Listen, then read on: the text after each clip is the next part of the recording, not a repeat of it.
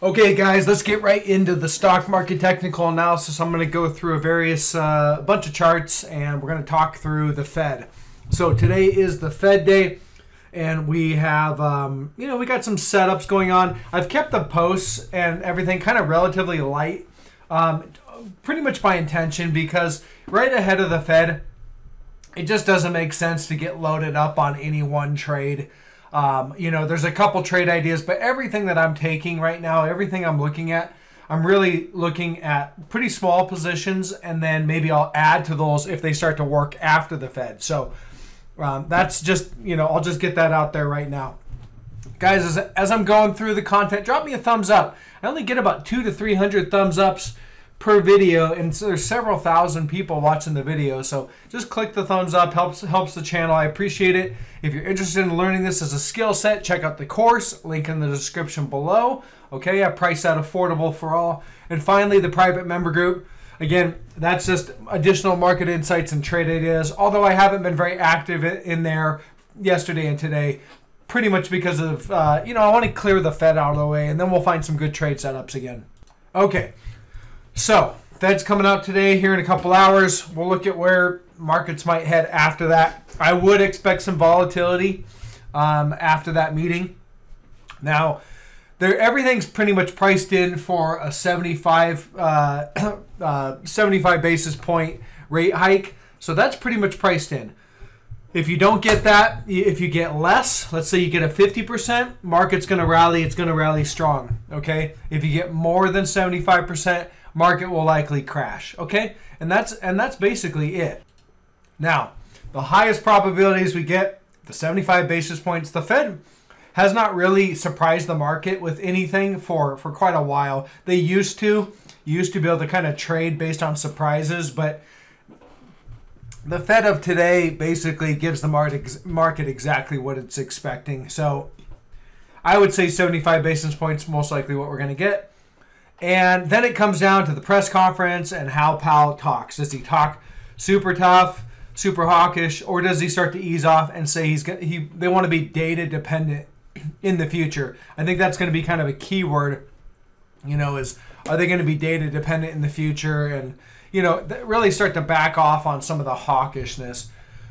One thing, all right, I'm going to go through these indices. I want to point this stuff out just so I want to show you guys what we got going on. Triple Q. So I've kind of adjusted. This is an hourly chart here, and we've got, I can't quite make a wedge, but I can. It's kind of looks like that right now. We're starting to break down to the downside. Right now, I've got support about 69.50 or so.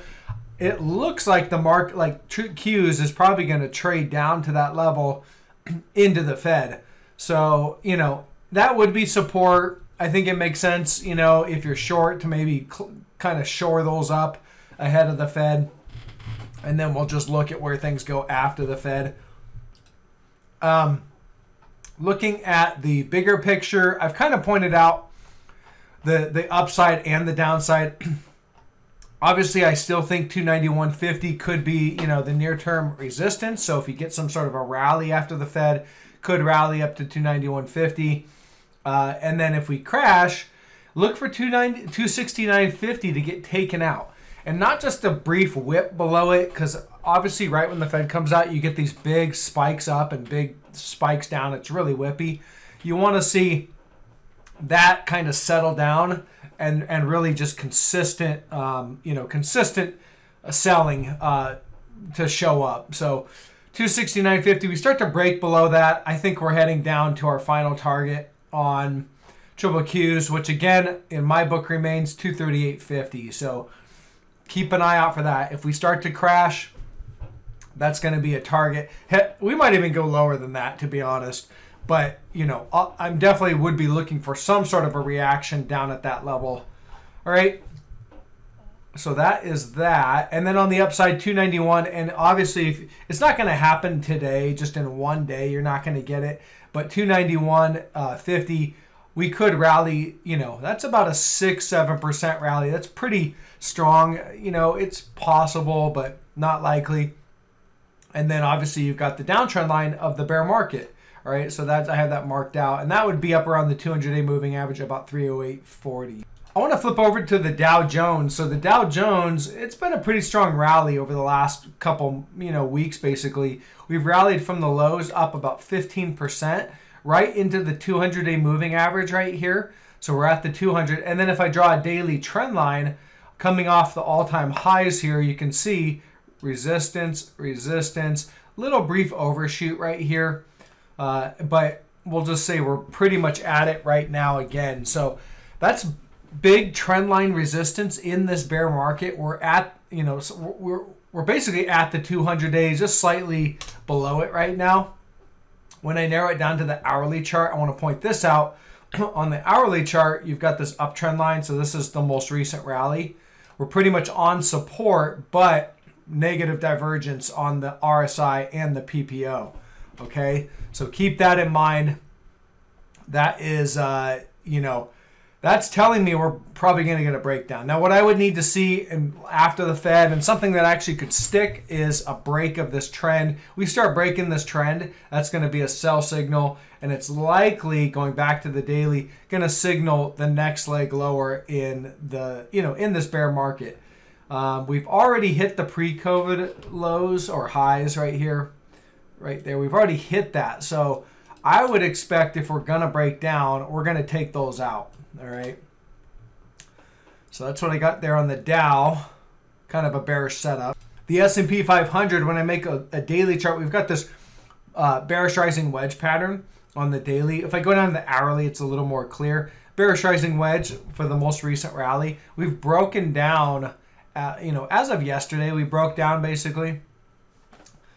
So it is a sell signal, and you did have negative divergence right here telling you that breakdown's coming. It is a sell signal. The only thing that I just don't like is I don't like to see breakdowns or breakouts right ahead of a major market moving event like a Fed meeting. So, it's a breakdown, but in general, it's not something I'd be loading up on, kind of an all-in short or anything like that because of the Fed coming up. I'd rather wait till after the Fed, because what might happen, the Fed might come up, they might pop this thing up to resistance, and then that's probably objective to short right there. All right, as long as it gets rejected right there. A short right up in there would be, and if it happens right after the Fed, it is going to be a divergent high. So very possible, and then you move lower. Okay, so maybe something like that. XLF. So this is financials, and again, very rate sensitive. Everything's coming down to interest rates right now, so we definitely want to take a look at these. Now, financials, basically, it looks like it's been making a move up to the 200-day moving average. Here's the thing. Everybody has their eye on that 200-day moving average, so it might stop short and just sell off right here. All right, I'm fully open to that. When I look at the hourly chart, I've got... I can't really make a super clean trend line, but maybe something like this, and we don't have a third reaction, but we'll see if we maybe get one. The other thing is, though, you've got negative divergence on the hourly right there, just starting to show up. So that little spike's a divergent high. Every little pop here has been a divergent high right ahead of the Fed. 200-day moving average just overhead. I mean, it looks primed to break down, although we don't have a sell signal yet, so really need to wait to see how this thing pans out. And then JP Morgan's one of the individual stocks I've talked about. When I look at the hourly, it's been making over the last couple weeks or day, this bearish rising wedge pattern. We're still kind of within there, just starting to kind of break down, but nothing impulsive yet. Negative divergence on the hourly, nice clean negative divergence.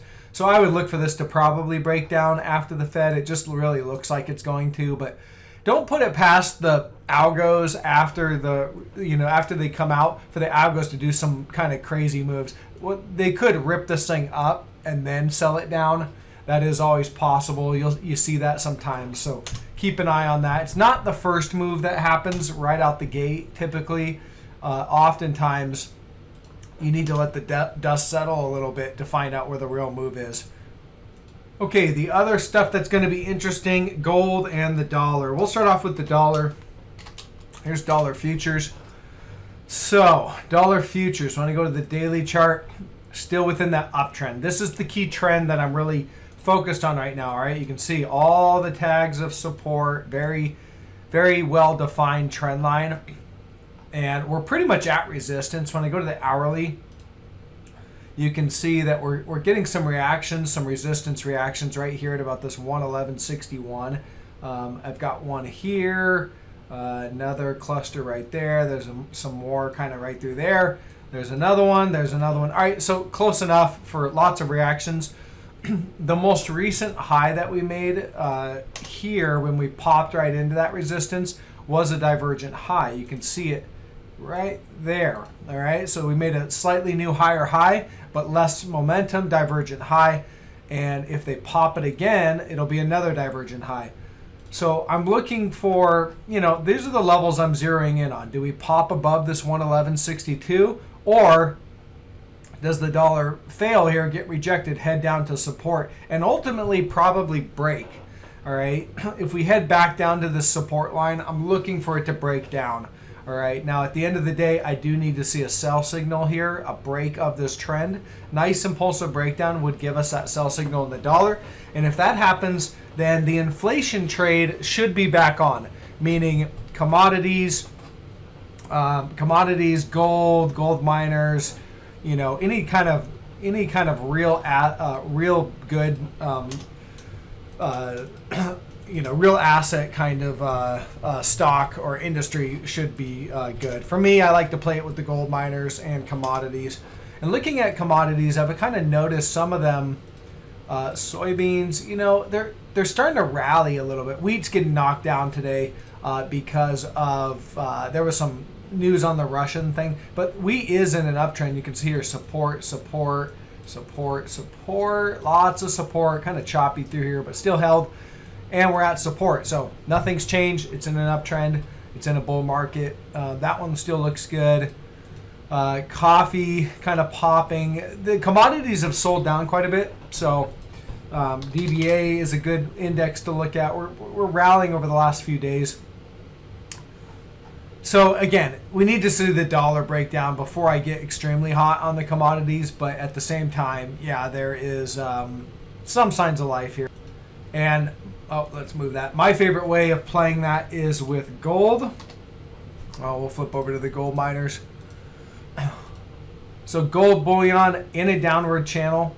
Okay, we're at the kind of near the top of the channel, but there you can see it on the daily. Nice clean downward channel, and we're just right here. So we need to break out of the channel. A break above this 1680 is really going to be the ultimate buy signal. A nice solid breakout above 1680 should signal a longer term trend reversal in gold, where we're likely going to see a nice sustainable rally, likely taking out the all-time highs right here. Okay, so that's what I would be looking for. Until we get that, I'm kind of iffy on gold. Although when I go to Newmont, the largest miner, nice clean bullish divergence on the daily, just continues to build. You see it right there. Boom, just ramping up. Each new low is a divergent low, divergent low. This is accumulation price action. So large institutions are likely building big positions in here because it's not going down anymore. All the little selling spikes down are being bought. Okay, so this is kind of a bottoming pattern, although we don't have that like full-on buy signal yet. Probably take out these most recent highs here. Nice impulsive breakout would signal that. We get the breakout, it's likely going to be a straight shot up to this gap fill at 50.87. Probably run right up there, and most likely right to the 200, where it'll probably get, you'll have a reaction at the 200. And GDX isometrical triangle, so it's kind of an indecision pattern. It's a battle basically between the buyers and the sellers. So whichever way we break is likely going to be the next trend. We have big bullish divergence on the daily. All right, so that's been building for quite a while. This is all divergent lows. Every single low has been divergent lows. We're not making divergent lows anymore. We're actually making higher lows. So, it looks like we're starting to reverse this trend. I suspect we get some sort of a bullish breakout. All right, so I'm going to really be looking for that when the Fed comes out. Does gold rally? Do we start to get these breakouts? Do we start to see signs of life here? If we do, there's different ways to play it, at least today. NUGT. This is a leveraged ETF, 2 times leveraged gold miner ETF. You know, I like to use these for day trading kind of tools, you know, momentum tools. So if we start to rally hard and we see gold rallying, this thing should spike, you know, relatively well. So things like that is what I look for. Okay, bonds. So bonds obviously very dependent on interest rates. TLT here, the 20+ year bond. We've got what looks to be, you know, kind of a bullish falling wedge pattern.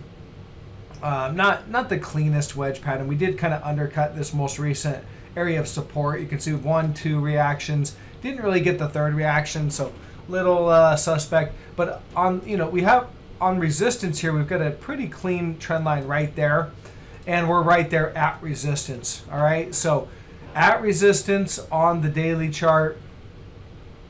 No real bullish divergence on the daily. When I go down to the hourly, looking here, just kind of zooming in. Yeah, no real bullish divergence there on the hourly as well. So, you know, we'll see where this wants to go. I mean, if the Fed wants to, they're going to smash this thing down. And if it gets smashed down and you see bonds falling, interest rates are going to rise, it's going to be pretty disastrous for the market. For the stock market, that is. And then interest rates, TNX, another way to look at this. Going down to the daily. I'm not sure what happened to my line here, but I've kind of got it like that, basically. Kind of marked it like that. So we have this upward, upward trend in interest rates. We've broken down now, and you know, you can see it's gone into a holding pattern the last week or so, waiting for the Fed. So do these spike and do a back test, all right? Or do they just, you know, continue lower? I don't know. And that's why I haven't been putting out a lot of posts, because I want to see how this thing plays out. But I pointed out some key levels to look at. So whatever you're looking to trade, hopefully you've got some levels that are gonna, you know, that we can look at to look for signals of where the market goes. I'll do my best in the private member group to be posting comments after the Fed. I'll try to keep you guys updated. Again, I'm just going to, just expect volatility, all right? So it's going to be, it's not the first move that comes out of the Fed. It's typically, the lasting reaction. So we want to kind of have some patience. Don't go too heavy on any one move. We really need to let the dust settle, and then we can really examine the charts, and the charts will tell us where the market's going to go. So we don't need to catch the, the initial right out the gate reaction from the Fed in order to be profitable here. All right, that's all I got, guys. Drop me a thumbs up. Check out my course. Check out the private member group if you're interested. Both the course and the group are in the link in the description below. And I'll keep you guys updated as we head into the Fed meeting.